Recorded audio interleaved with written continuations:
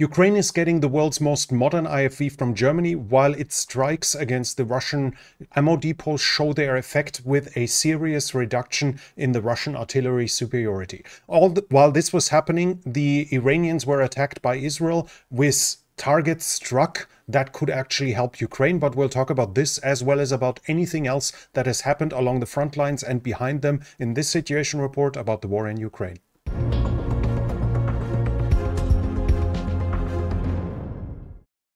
Once again, the Russians have executed Ukrainian prisoners of war in Selidove. I don't think there are many situation reports lately where I cannot report fresh executions of Ukrainian prisoners of war. The Russians are also committing other crimes, though, and this time in Kursk in Russia itself. According to the general from the Akhmat Chechens, Abti Alaudinov, the Russians have committed at least 187 crimes in Kursk against its own population. Among the crimes are murder as well as the unwanted sexual attention given to other persons. I have to use different words here, otherwise the algorithm might strike the video down, might cause some problems.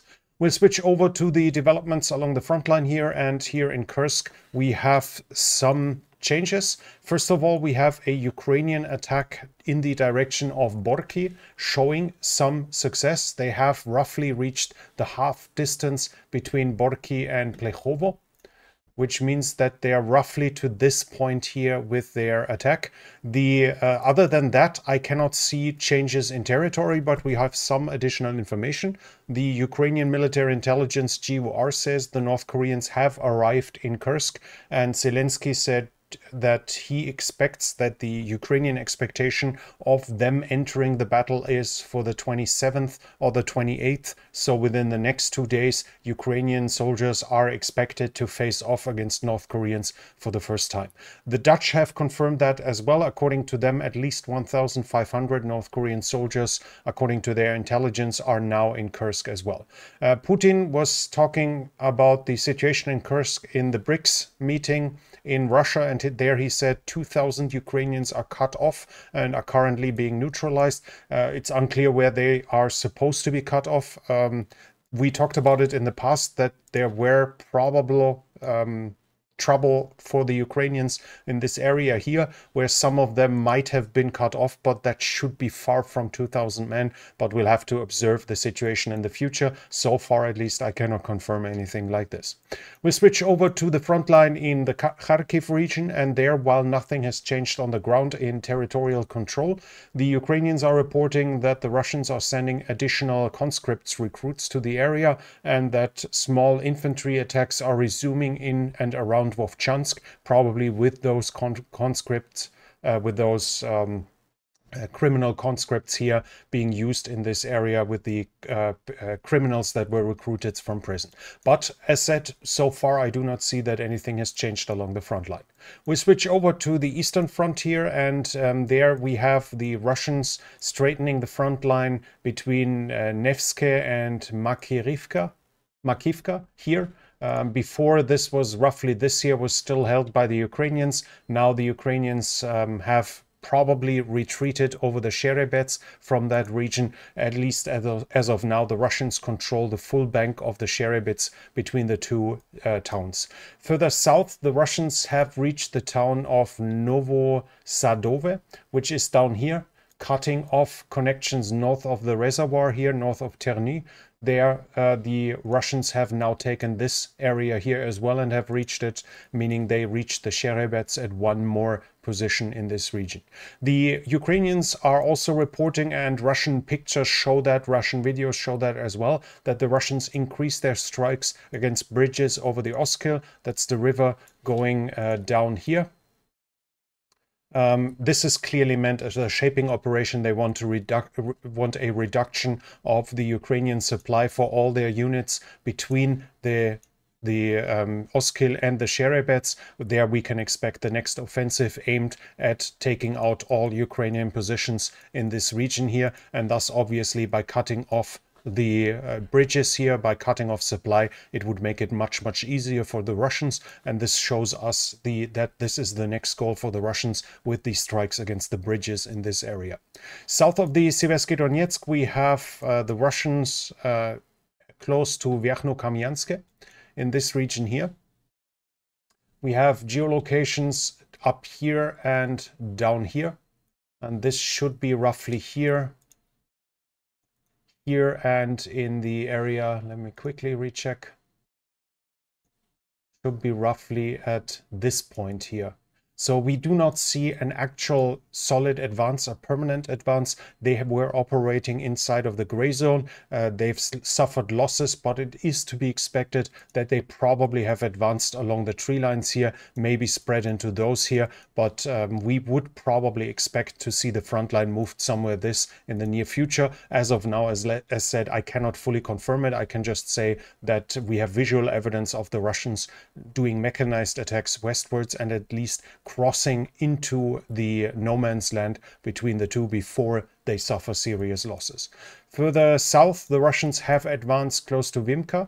They are now at a position along they have advanced along the railroad towards the town of Vimka. They are now roughly at this point here. I think it's a little further north here, so small advances in these directions, but nothing serious overall in the area here. Further south and west, I have no change in territory until we reach Chasiv Yar, and there the Ukrainians apparently had success with a counterattack on the waste heap here, close to the mine south of Chasiv Yar. A Ukrainian position was shelled in a recent engagement in a recent video by the Russians, which was here. So as of now, this is probably the line of Ukrainian possession of territory here. The gray zone should be moved further to the east in this direction, as we have visual proof of the Ukrainians in this position here. That's it what I see in change in territory until we reach the Toretsk area. Here we have Ukrainian counterattacks actually at two positions. First of all, they almost reached the road towards the high rises here. This is at this position here.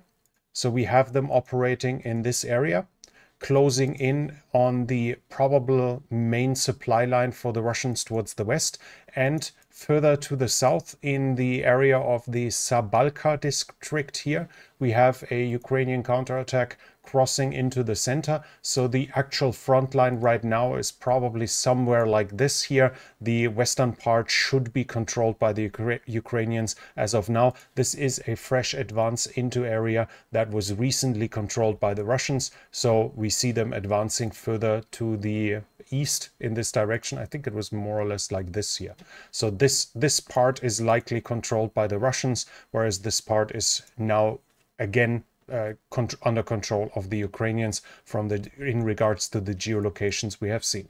We switch over to the Pokrovsk region there. While we do not have an advance in Pokrovsk itself, there was actually a Ukrainian counterattack onto one of the two mines of Novorodivka. Now there is one mine here, but there's another one here. And here the Ukrainians actually reached it. They reached until here between Kruty Yar and the western mine. They managed to enter these houses here. So we had Ukrainian presence at this point.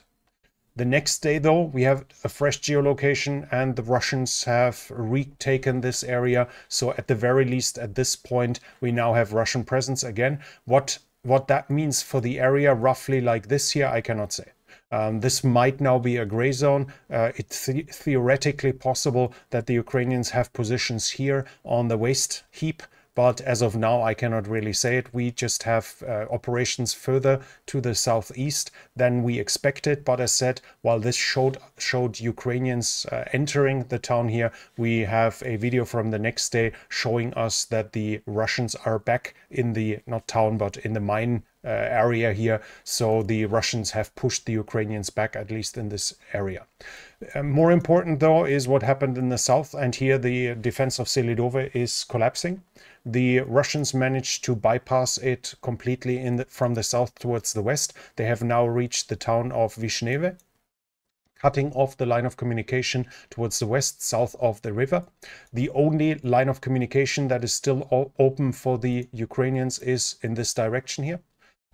Towards the east, anything else is already cut off by the Russians, and the main route is only 1.5 kilometers away from the current Russian positions. The Russians have already taken significant parts of Selidove. In the last situation report, we had the Russians here and here, and then in the past I showed them to be up here in the mine to you. Now they have taken significant part. It's likely because the Ukrainians have started to withdraw from the area. As we can see, they are about to be encircled. So the Karadak brigade, which is fighting here, is likely currently withdrawing from the town. So I would expect in the next situation report we probably see Selidove having fallen to the Russians completely. Then we have south of it, the Russians have advanced towards the south here at Sukhorine, again putting pressure on the pocket that it has formed south of this area. Here the Russians have reached the town of Novoselidivka. This is, at this point, it should be, I think, here, roughly. So they managed to gain additional ground in this direction as well, increasing the pressure on the pocket here in the south. And at the same time, the Russians are entering the pocket from the east and are pushing it towards the exit or closing it. We have a geolocation, a fresh one, of the Russians here in the east of Kurakhivka. And this is at this position now. Basically, every time we are talking about the area here now in each situation report, the Russians have gained a kilometer or two here. Again, I would expect a orderly withdrawal from the Ukrainians towards the west, as they can read maps probably better than me. And it's obvious that they are under danger of being encircled here. So I would expect a fighting withdrawal to the west, north of the reservoir here. To which degree, obviously, it can't be said. Whether it's going to be until this dam here or further to the west, we'll have to see. But again, here as well, we should expect additional loss in territory with the next situation report coming on Monday. Further south, the Russians have advanced west of Pobieda. They have reached this point here. Looking into the map, that should be, I think, at this point, so gaining additional ground west of Pobieda. Here again, the Russians have already advanced in the south. They are advancing in the north. Again, it doesn't make too much sense for the Ukrainians to hold individual tree lines here by all means, while they are being bypassed in the north and in the south. So again, I would expect them to slowly give ground here towards the west to create a line roughly like this, depending on the Russian pressure. This should not surprise us in this region here. Further south, the Russians have entered the town of Bohoyavlenka, and they've reached deeper into the town, so they gained additional ground there. This is the first settlement after Vuleda and Vodiane, and now the fight for it is in full swing. And west of it, the Russians have also advanced. They have advanced north of Solota Niva. We see it here on the map, and they have advanced at the town of Prechistivka, north of it as well. So we've seen them roughly here, and fresh reports are that they actually have already reached Shakhtarske, which is up here, advancing along the road towards the north. They have pushed the Ukrainians aside, and the Ukrainians have already had combat engagements in Shakhtarske as well. That was it when it comes to changes in territory. I do not, while fighting is being reported from the Velika Novosilka area, from the Orekhiv area, and around the Dnipro, I do not see any change in territory. In regards to the overall situation, we have Syrskyi, the commander-in-chief of the Ukrainian Armed Forces, saying that the Russians to date have lost 17,819 men, including 711 prisoners of war in Kursk. So this is what the Ukrainians are saying they have done in personnel in damage to the Russians during their offensive into the Kursk Oblast. Other than this, as said, Putin was saying that 2,000 are cut off here. I do not have any proof of this. we move further to the south. The withdrawal from Selidove is currently expected and probably already happening as of now, as we can see the Russians having put serious pressure on this. A whole brigade of the Ukrainians is there, the Karadak brigade of the National Guard, and if they are not withdrawing, they're going to be cut off. While Selidove is about to fall, the fight there has probably not been in vain. The Russians had already reached Selidove 2 months ago. So the Ukrainians managed to hold the position here, hold the front line here for 2 full months, gaining additional time, obviously. So while Selidove is lost, the loss is less of a pain than it would have been if it had been faster. Putin also talked about in an interview in context of the BRICS meeting about the current situation in the war, and he said the West is increasingly accepting the developments that are happening, and he's moving away from a war goal that is to deliver a strategic defeat towards the Russians. This shows us that the whole offensive, as I said a couple of times in the past, the whole offensive of Avdiivka, or the offensive that started with Avdiivka and is now closing in on Pokrovsk, was not just meant at grinding down the Ukrainians. It was not just meant at gaining territory. Obviously, those two things were aimed at as well, but it was also aimed at the West, showing how unstoppable supposedly the Russians are by continuously attacking and continuously advancing. And Putin believes he's increasingly having success with this. But at the same time, the attacks on the ammo depots that the Ukrainians had in the past few months are showing their effect. According to the Ukrainians, the artillery is now at a 1-to-2 ratio. So for every 2 rounds that are being fired by the Russians, the Ukrainians can fire 1 round back. 1 year ago, or roughly around the New Year's from 23 to 24, the ratio was 1-to-10. Now it is down to 1-to-2. Obviously, that is due to Western aid. For instance, the US delivering again after the Congress has had agreed to the aid packages, and to initiatives like the Czech initiative. All of this obviously helped, but now, a few weeks later, the effect of the bigger depots having blown up should be felt along the smaller depots closer to the front line, as they are emptying out and cannot be refilled in the same way they could have been refilled with those depots still active. So this is very likely a direct effect of the Ukrainian strikes against the ammo depots we've had before. There are informations about Russia's troop generation as well. Russia is first, in regards to the drones, there is a tactical change by the Russians. The Russians are now accompanying Shahid strikes with Gerbera drones. Those are cheaper to make and appear like Shahids on the radar screens, but their only goal is to distract the Ukrainians and to distract the Ukrainian air defense so more Shahid can get through. According to the Ukrainians, this seems to be mostly pointless. In one of the latest strike, for instance, there were over 90, I think 91 drones were used, and according to the Ukrainians, they managed to shoot down or disable with electronic warfare 90 of the 91s. If we believe the Ukrainians in this regard, only 1 Shahid drone actually reached their goal, meaning what is that, a 1.2, 1.3% in success in the usage of these drones. Then the Shahid itself are more and more being produced in Russia, or in Russia, or they are being assembled in Russia. The amount of Shahid coming from Iran is getting lower and lower as the Russian infrastructure is building up and as the Russian production capability is building up. But this means that the attack on factories in Iran is will have less of an effect than it would have had a year ago or something, if those attacks even had a connection with the Shahid, which so far is unclear.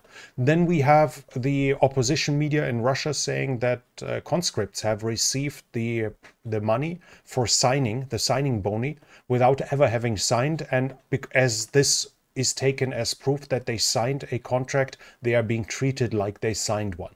This is currently being spread around in opposition media, that this way the Russian Ministry of Defense is basically forcing conscripts to enter the regular service and thus to be used in the war in Ukraine by simply wiring them the money and claiming you only got the money because you signed. And then we have a video currently being spread around. Let me quickly make the video slower so we have an easier way of seeing it. But this here shows us Russian armored vehicles standing around on some parade ground, and it created some attention because while we see here engineering vehicles and modern tanks, this is actually an ISU-152 from World War II. This is a T-34, and in the background is an IS-3. This was meant like, are the Russians actually currently preparing to use them in combat? I would not be too sure about this. They should still have enough. While to be perfectly honest, those tanks would still be of some use in some kind of artillery support role. I would not expect for us to see them anytime soon in the front line. Either, first of all, it looks like a review. It looks like a unit presenting what it has. And as we know, for instance, the Russians have T-34s still in active service, but simply for parade reasons. So to have rolling T-34s for their victory parades, and those T-34s are probably being operated by a regular army unit that thus has them in inventory. And if they do some kind of review, it would make perfect sense to showcase them as well. Another option might be that they are being used for training, as they are in working order for the parades anyway, so why not use them for some infantry training, how to engage tanks or something, and thus this would free more modern tanks to be used along the front lines. But I would not expect that we see World War II IFVs, World War II assault guns and tanks anytime soon in Ukraine, but we'll have to see in the midterm about this, how it develops. Then the Wall Street Journal is reporting that Russia provided targeting data for the Houthis to attack shipping in the Red Sea. This is obviously another escalation, and an interesting part that nothing is for free here, because the fact that the Houthis attack shipping in the Red Sea is letting Egypt's fees for the Suez Canal collapse. So Egypt is in serious financial trouble right now, and As-Sisi, the president of Egypt, had a good relationship with Russia. He was recently buying weaponry from Russia as well, and this would show that Russia, with its war against the West that it's waging by delivering targeting data to the Houthis and thus making their attacks against shipping more effectively, is probably angering the leadership of Egypt quite a little, which might then help additional ammunition purchases in the future. We talked about it in the past that Egypt sold ammunition that was then given to the Ukrainians. And in international support, we have the report that Rheinmetall is giving 10 KF-41 links to the Ukraine.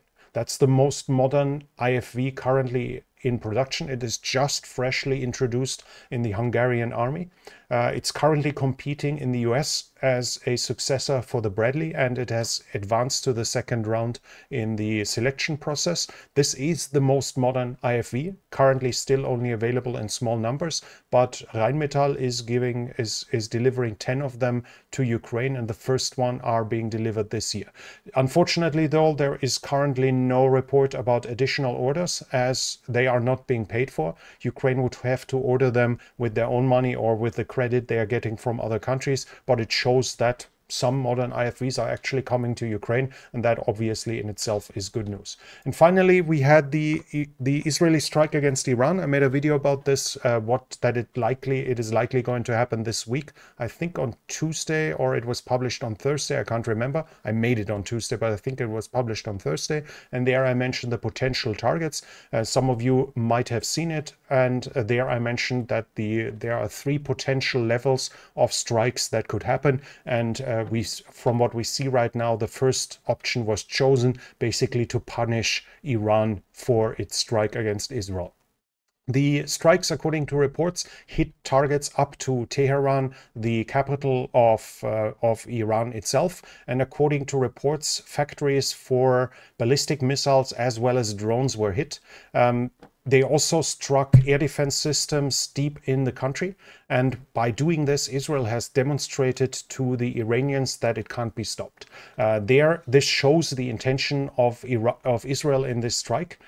They want to deter Iran from additional strikes against Israel without it leading to a full escalation. They demonstrated what they are capable of. They demonstrated that they can strike anywhere in Iran and that Iranian air defense and air force is completely useless and completely resistance is futile in this regard. But at the same time, the damage done apparently is limited to a degree that allows the Iranians to back down and not escalate further, as it was more a demonstration than actually inflicted pain.